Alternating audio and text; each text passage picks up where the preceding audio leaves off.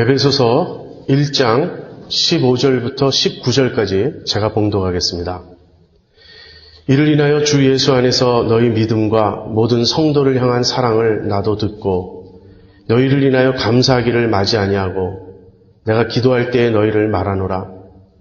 우리 주 예수 그리스도의 하나님 영광의 아버지께서 지혜와 계시의 정신을 너희에게 주사 하나님을 알게 하시고 너희 마음 눈을 밝히사 그의 부르심의 소망이 무엇이며 성도 안에서 그 기업의 영광의 풍성이 무엇이며 그의 힘의 강력으로 역사하심을 따라 믿는 우리에게 베푸신 능력의 지극히 크심이 어떤 것을 너희로 알게 하시기를 구하노라. 제가 읽기는 19절까지 읽었지만 오늘 강해는 15절, 16절을 중심으로 하도록 그렇게 하겠습니다. 지금까지 저희는 바울의 찬송을 살펴보았습니다. 바울은 에베소서라는 편지를 쓰면서 먼저 인사를 하고 그 후에 즉각 하나님을 찬송하는 것으로 들어갑니다. 하나님께서 그리스도 안에서 우리에게 하늘에 속한 모든 신령한 복을 주셨음을 인하여 하나님을 찬양했습니다. 그리고 이제 그 찬양이 끝난 후에 기도로 들어갑니다. 그런데 바울의 기도는 두 부분으로 이루어져 있어요. 앞부분은 감사고 뒷부분은 간구입니다.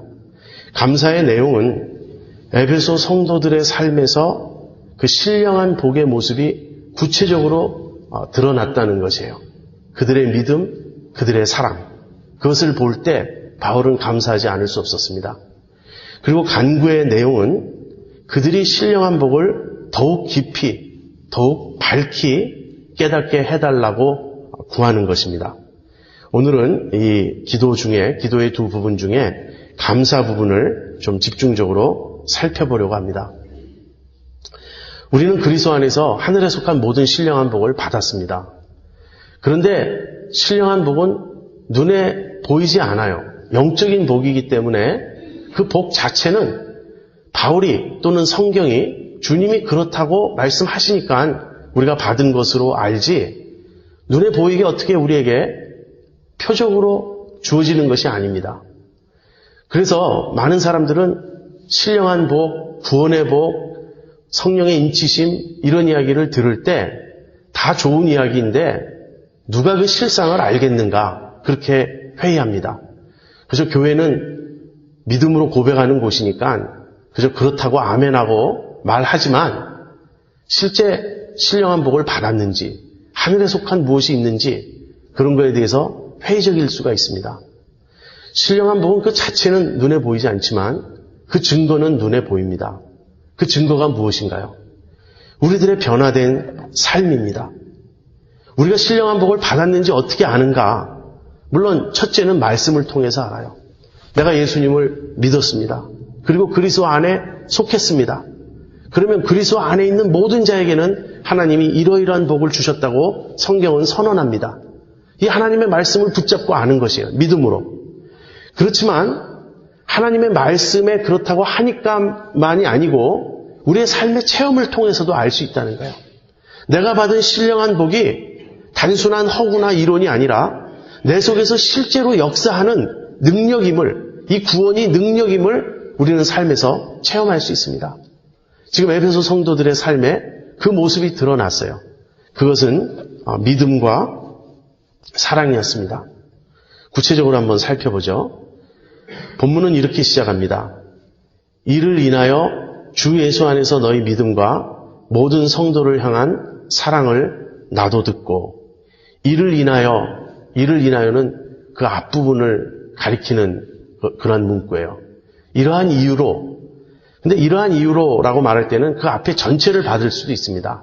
즉 하나님께서 그리스도 안에서 너희들에게 신령한 복을 주셨으므로 그 다음에 그 결과로 너희들이 이렇게 믿고 사랑하니 내가 감사하노라 이런 의미일 수도 있고요.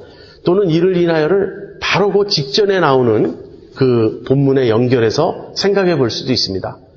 결국은 마찬가지예요. 바로 직전에 나오는 내용은 무엇이죠? 그 안에서 너희도 진리의 말씀 곧 너희 구원의 복음을 듣고 그 안에서 믿어 약속의 성령으로 인치심을 받았으니 그 말이 나왔습니다. 이는 이방인들의 구원을 묘사한 것이라고 제가 말씀드렸어요. 바로 에베소 성도들의 체험입니다.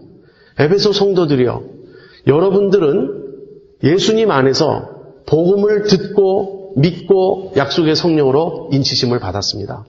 그렇기 때문에 이제 주 예수 안에 너희의 믿음과 모든 성도를 향한 사랑이 드러나게 된 것입니다. 이제 이런 얘기예요.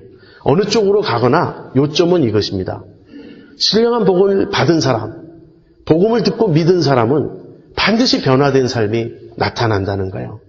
그 변화된 삶은 믿음과 사랑으로 드러나는데 그것은 복음의 열매입니다. 복음을 듣고 믿으면 그렇게 된다는 거예요. 에베소서와 쌍둥이 서신이라고 불리우는 골로새서 1장에 가보면 바울이 골로새인들의 믿음과 사랑과 소망을 인해 하나님께 감사드리면서 이것이 복음이 그들 안에서 맺은 열매라고 그렇게 말합니다. 복음은 이론이 아닙니다. 복음은 능력이에요. 그리고 그 능력은 사람들의 삶을 변화시키는 열매를 맺습니다. 복음이 들어갑니다. 그리고 사람들이 그 복음을 믿습니다. 그러면 그냥 형식적으로 종교가 기독교가 되었다는 그런 식의 변화가 아니라 실제 사람들이 변하고 그 속에 복음이 역사하고 복음의 열매가 맺히게 되어 있는 거예요. 복음은 능력입니다. 복음은 모든 믿는 자에게 구원을 주시는 하나님의 능력이라고 바울은 로마서에서 말하고 있습니다. 여러분, 복음을 전할 때 혹시 여러분 그런 주저함이 있습니까? 이 사람이 복음을 듣고 믿는다라고 고백해도 이 사람의 삶은 별로 달라질 것이 없을 것이다. 여전히 옛 생활은 그대로 그 죄의 사슬에서 이 사람 벗어날 수 없을 것이다. 교회도 나오고 세례도 받고 교회 등록도 하겠지만, 그래서 주일날 교회도 가고 조금씩 신앙생활에 들어올 수는 있겠지만 이 사람이 근본적으로 변화될 수 있을까?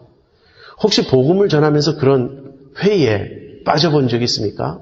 저는 사실 많이 있습니다. 어떨 땐 그런 생각이 들어요. 이 몇 마디 성경 이야기를 풀어주었다고 해서, 예수님에 대한 이런 이야기를 전해주었다고 해서 이 사람이 듣고 호감을 느끼고 교회에 나올 수는 있겠지만 이 사람을 사로잡고 있는 그 어둠의 세력이 물러날 수 있을까? 이 사람 내면에 정말 진실한 그런 변화가 일어날 수 있을까? 복음 전하는 제 자신이 주저할 때가 있어요. 그런데 놀라운 사실은 복음이 그런 역사를 일으킨다는 거예요. 우리는 사람을 말로 설득할 수가 없습니다. 우리가 사람에게 정직하게 살라, 착하게 살라 그렇게 말한다고 사람이 변화되는 것 아니죠. 우리 자신을 보아도 마찬가지입니다. 내가 정직하게 살겠다고 결심하고 착하게 살겠다고 결심 수없이 하지만 그것으로 내가 달라지는 것 같지 않습니다. 그런데 무엇인가 나를 사로잡고 있습니다. 그 나를 사로잡고 있는 그 손길이 나로 하여금 그렇게 살지 않으면 안 되도록 나를 붙잡아가고 이끌어가는 거예요. 그것이 복음의 능력입니다. 복음을 믿는 자는 변화되게 되어 있어요. 왜? 복음은 능력이므로. 어둠의 세력에서 우리를 건져내서 당신의 사랑하는 아들의 빛의 나라로 우리를 옮기시는 겁니다. 그래서 이것은 복음의 열매입니다. 구체적으로 복음의 열매로 바울이 묘사하고 있는 믿음과 사랑에 대해서 한번 각각 생각을 해보죠. 만약에 어떤 사람들이 여러분에게 그리스도인의 삶의 가장 기본적인 원리는 무엇입니까? 이렇게 질문한다면 여러분 어떻게 대답하시겠습니까? 다시 말해서 그리스도는 어떻게 살아야 합니까? 이 아주 일반적이고 기본적인 질문을 여러분 들으신다면 어떻게 답변하시겠습니까? 많은 대답이 있을 수 있습니다. 그런데 그 중에서 가장 중요한 대답, 가장 기본적인 답이 있다면 그것은 믿음이에요. 그리스도인은 무엇보다도 믿음으로 사는 사람들입니다. 그리스도인이 되었다는 것은 이제부터는 예수님을 믿는 믿음으로 사는 그런 사람이 되었다라는 것이에요. 다른 많은 것이 있어도 이 믿음에서 출발해야 됩니다. 그래서 이제 믿음이 가장 기본적인 그리스도인의 삶의 원리인데 바울은 이 믿음을 그리스도와 연결시킵니다. 이를 인하여 주 예수 안에서 너희 믿음과 이렇게 말하고 있어요.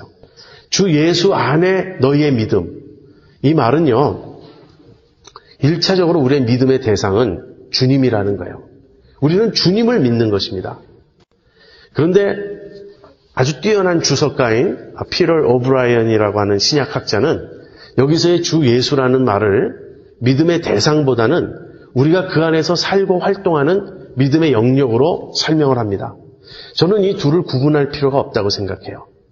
우리는 주 예수님을 믿는 믿음으로 사는데 주 예수님은 우리의 믿음의 대상이 되며 우리가 주 예수님을 믿고 살 때는 우리가 그분 안에 살게 되는 거예요.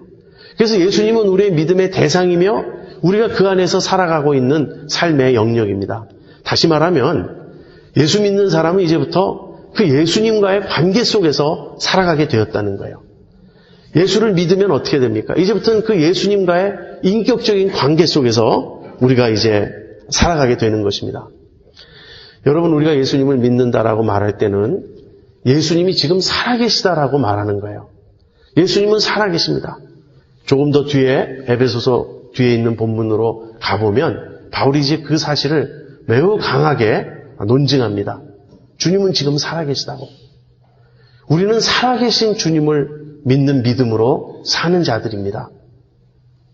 이것이 바울의 감사의 첫 번째 이유였어요. 주 예수 안에 있는 너희의 믿음, 주 예수를 믿고 그 안에서 살아가는 너희의 믿음을 인하여 내가 감사하노라. 두 번째 감사 이유는 사랑입니다. 우리가 그리스도인은 무엇으로 삽니까? 어떻게 살아야 합니까? 이 질문을 할 때 첫 번째 대답이 믿음이라면 두 번째 대답은 사랑입니다. 그리스도인은 당연히 사랑으로 살아야 합니다. 어쩌면 일반적으로는 이 사랑의 원리가 더 널리 알려져 있을 것 같습니다. 비기독교인들도 그렇게 말하잖아요. 기독교는 사랑의 종교라고. 그러므로 너희 기독교인들, 그리스도인들은 무엇보다도 사랑을 실천하며 살아야 한다고. 맞습니다. 우리는 사랑으로 살아야 합니다. 우리가 그리스도를 믿는 자들이라면 그 다음에는 사람을 사랑하는 사랑으로 살아야 돼요. 그런데 바울은 여기서 그 사랑의 대상을 1차적으로 성도라고 말합니다. 우리가 주님의 가르침을 살펴보거나 성경을 전체적으로 보면 우리는 모든 사람을 사랑해야 합니다.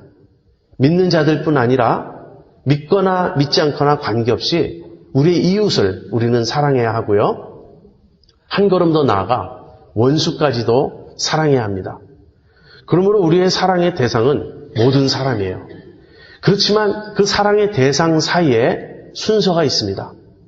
먼저 우리는 그리스도 안에서 함께 지체된 믿는 자들, 성도를 사랑하라고 성경은 말합니다.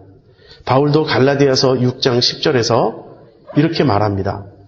그러므로 우리는 기회 있는 대로 모든 이에게 착한 일을 하되 더욱 믿음의 가정들에게 할지니라. 그래서 우리는 모든 사람을 사랑해야 하지만 무엇보다도 먼저 1차적으로는 우리와 같이 그리스도에게 속한 자들, 성도들을 사랑해야 합니다. 그런데 바울은 여기서 모든 성도를 향한 사랑이라고 말하고 있어요. 바울이 염두에 둔 모든 성도란 누구일까요? 바울은 1차적으로 유대인 그리스도인들과 이방인 그리스도인들을 가리키고 있는 것입니다. 이제 예수님 안에서 그러한 인종적 장벽이 다 무너졌다는 거예요. 그래서 과거에는 유대인 그리스도인들, 유대인들은 유대인끼리만, 이방인들은 이방인들끼리만 이렇게 자기들끼리 뭉쳤던 자들이 이제는 그리스도 안에서 그런 모든 인종적 장벽이 허물어지고 모든 성도를 아무 구분 없이 사랑하게 되었다. 이렇게 말하는 것입니다. 지금 우리에게는 유대인과 이방인의 구분이라는 이러한 신약 시대의 이런 문제가 별로 와닿지 않습니다. 우리는 살아가면서 유대인과 우리 사이의 차이점 이런 걸 별로 느끼고 살지는 못합니다. 그러나 우리가 이 미국에서 살면서 정말 이 다인종 국가에서 살면서 우리와 문화가 다르고 또 생김새가 다르고 언어가 다른 그런 사람들을 우리는 매일 자주 접하며 살아갑니다. 우리 교회도 이제 한인 교회이다 보니까 여기서는 한국말만 하고 한국 사람만 모여 있습니다. 우리가 언어와 문화의 어떤 그런 관습적인 제한 때문에 우리끼리 모이는 것은 이해할 만합니다. 그렇지만 우리들이 마음을 넓혀야 되겠어요. 우리는 예수님 안에서 모든 인종과 모든 성별과 모든 사회적 계층과 모든 신분적 차이를 뛰어넘는 그러한 사랑을 실천해야 합니다. 사실 우리도 모르는 사이에 우리는 인종주의적 편견에 많이 사로잡혀 있습니다. 그래서 같은 그리스도인이라 할지라도 이 외국 사람들의 경우는 우리가 그렇게 껴안지 못해요. 사랑하지 못해요. 우리와 관계없는 사람들인 것처럼 우리는 그렇게 생각하기가 쉽습니다. 이걸 뛰어넘어야 되겠습니다. 모든 성도를 향한 사랑을 우리도 실천해야겠습니다. 자, 믿음과 사랑 두 가지를 말했는데요. 이 둘 사이에는 어떤 관계가 있습니까? 어느 게 더 중요합니까? 고린도전서 13장 13절에서 바울은 이렇게 말하죠. 그런즉 믿음, 소망, 사랑 이 세 가지는 항상 있을 것인데 그 중에 제일은 사랑이라. 우리가 이 구절에 익숙하기 때문에 믿음, 사랑 또는 소망 이런 말을 들을 때 우리 속에 무의식적으로 순위를 매겨요.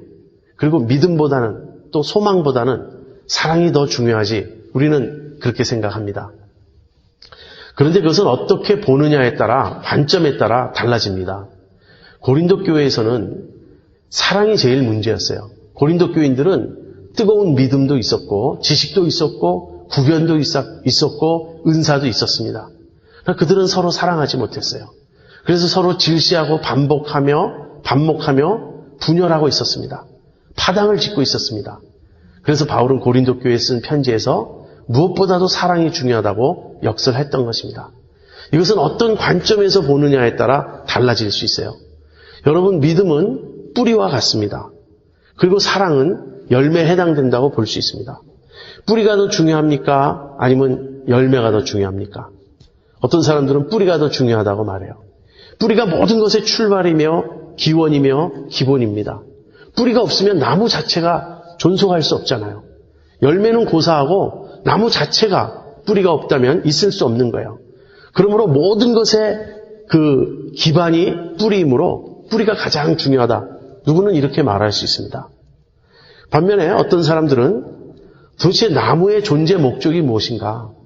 뿌리가 있어도 뿌리에서 그친다면 뿌리가 있어야 할 이유가 무엇인가? 이렇게 말하는 거예요.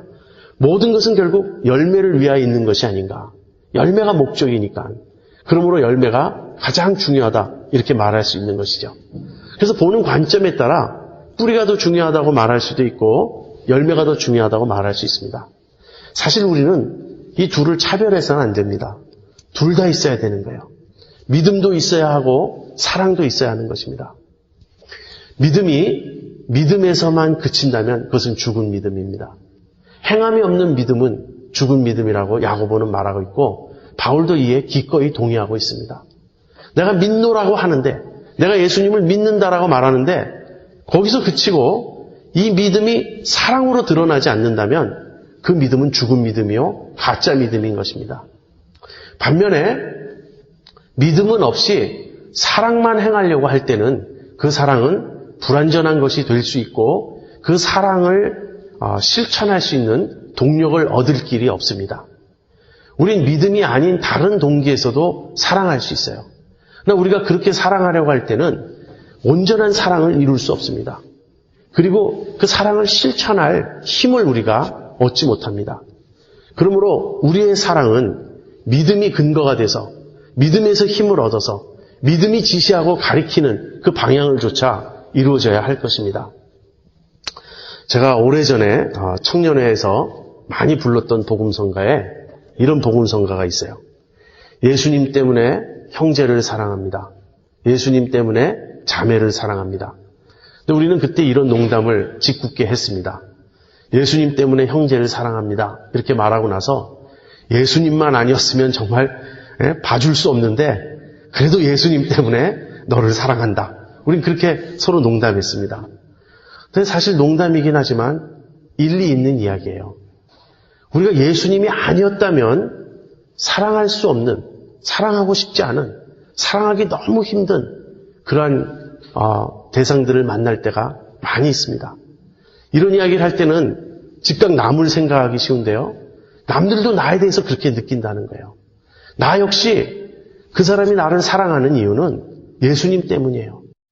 예수님이 우리를 사랑하셨고, 예수님이 먼저 나를 사랑하셨고, 한없이 무한한 사랑, 그 엄청난 사랑을 값없이 우리에게 베풀어 주셨고, 그 사랑을 주신 후에 너도 이렇게 사랑하라, 그렇게 우리에게 당부하셨기 때문에 그 예수님의 사랑을 받은 우리로서, 체험한 우리로서 그 예수님의 사랑의 대사가 되어서 그 예수님의 사랑을 전하지 않을 수 없는 그런 우리가 되었기 때문에 사랑하게 되는 것입니다. 그래서 예수님 때문에 사랑하는 것이에요. 예수님 아니라면 우린 포기하고 싶은 순간이 너무나 많습니다. 그래서 믿음은 반드시 사랑으로 이어져야 하고, 사랑은 반드시 믿음을 근거로 해야 합니다. 그리스도인의 삶은 믿음에서 출발하고 사랑으로 완성됩니다. 바울은 그래서 사랑으로 역사하는 믿음이 가장 중요하다고 갈라디아서 5장 6절에서 말하고 있습니다. 믿음과 사랑에 대해서 우리가 이제 그 관계도 알았고 그 중요성도 알았습니다. 그렇다면 정말 참된 믿음은 무엇인가? 정말 참된 사랑은 무엇인가? 그 부분을 조금 더 생각해 보죠. 여러분, 이제 그리스도인은 믿음으로 살아야 하고 믿음이 가장 중요한 삶의 원리라는 걸 이제 우리가 알았는데, 그렇다면 좋은 믿음, 바른 믿음이란 어떤 것입니까? 여러분은 믿음이 좋은 사람, 이런 말을 할 때 어떤 모습을 떠올리십니까? 어떤 사람이 교회 모임이란 모임엔 빠지지 않고 다 열심히 다니고 11조뿐 아니라 감사헌금, 특별헌금, 헌금도 아무튼 많이 하고 매일 새벽 기도하고 매일 성경 많이 읽고 기도하고 전도 많이 하고 이런 어떤 외적인 열심을 내고 있으면 그 사람 믿음이 좋다고 생각하십니까? 그럴 수 있는 가능성이 많이 있지만 반드시 그런 건 아니에요. 믿음이 정말 성경이 말하는 믿음, 참된 믿음, 살아있는 믿음이 되려면요, 항상 그리스도와의 관계 속에서 생각하셔야 한다는 거예요. 주 예수 안에서 너희의 믿음인 것입니다. 무슨 말입니까? 참된 믿음은 그리스도를 의지하고 그리스도와의 인격적 신뢰의 관계 속에서 살아감으로써 그 사람을 통하여 그리스도의 생명이 더욱 많이 나타나게 되는 것이라는 겁니다. 이것이 참된 믿음이에요. 그래서 어떤 사람이 믿음이 좋은가 우리가 이렇게 질문을 하면 그 사람을 보고 있을 때 그리스도가 느껴지는 사람, 그 사람의 말씨가 그리스도를 닮았고 그 사람의 표정이 그리스도를 닮았고 그 사람에게서 풍기는 모든 인상과 느낌과 전달되어 오는 그 모든 것이 그리스도처럼 느껴질 때 그것이 믿음이 좋은 것입니다. 한마디로 그리스도를 아는가, 그리스도와 친한가, 그리스도와 동행하며 사는가, 그 사람의 전인격이 그리스도의 지배를 받고 있는가, 그 사람을 통하여 그리스도가 나타나는가, 이것이 좋은 믿음의 판단 기준이에요. 그리스도가 기준인 것입니다. 어떤 사람이 종교적 열심은 특출한데 그 사람에게서 그리스도가 느껴지지 않는다면 그것은 살아있는 믿음이 아니에요. 그래서 신령한 복을 받은 우리, 복음을 듣고 믿은 우리가 보여야 될 첫 번째 모습은 이제는 그리스도의 생명을 우리가 체험하면서 우리를 통하여 그리스도가 드러나고 살아가시는 그 모습이어야 한다는 것입니다.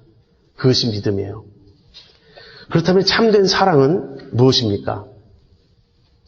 어떤 사람들은 사랑을 감정으로 자꾸 생각하는 경향이 있어요. 정이 많은 사람, 다정한 사람, 푸근한 사람, 일리가 있습니다. 참으로 사랑이 있다면 그런 모습이 드러나야 할 것이에요.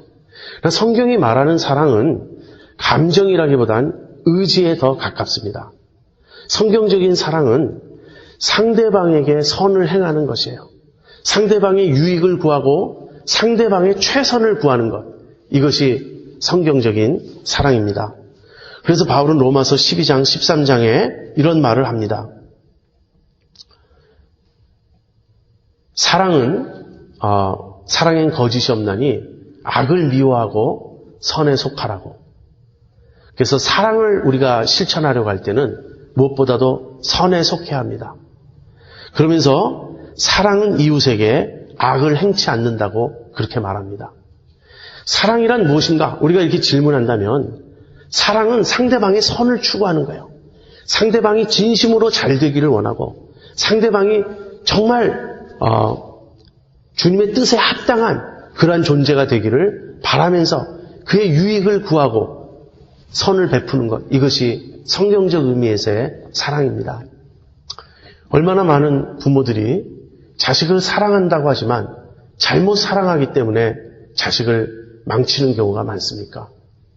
자식을 스포일시키는 사랑은 참된 사랑이 아니에요. 그래서 때때로 사랑은 엄격할 수밖에 없는 것입니다. 하나님이 우리를 사랑하실 때도 마찬가지입니다. 하나님이 우리가 원하는 대로 다 들어주시지 않아요. 왜냐하면 우리의 소원이 비뚤어져 있고 우리가 이기적이고 자기중심적인 그런 기도를 할 때가 많으니까. 하나님 우리를 사랑하시기 때문에 우리의 기도도 때때로는 거절하시고 때때로는 들어주지 않으시는 겁니다. 그래서 사랑은 언제나 상대방의 선을 구하는 것입니다. 이것이 그리스도인의 삶에 복음으로 인해 드러나는 믿음과 사랑의 열매예요. 우리는 그리스도 안에서 새로운 존재가 되었습니다. 새로운 생명을 받았습니다.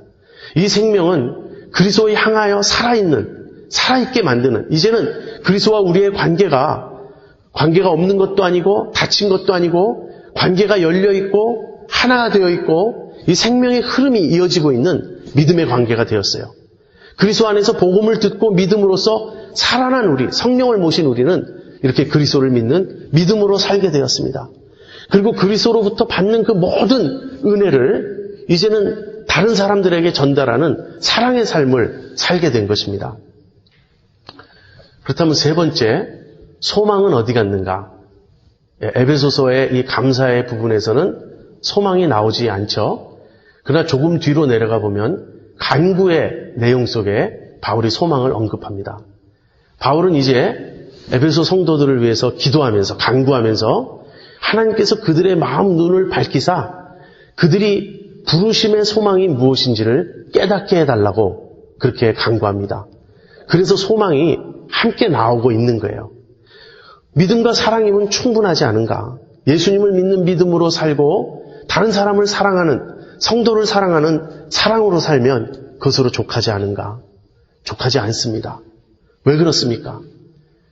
우리는 이 시대에 속해 살면서 아직까지 완전하지 않기 때문에 그렇습니다. 우리의 믿음도 완전하지 않습니다.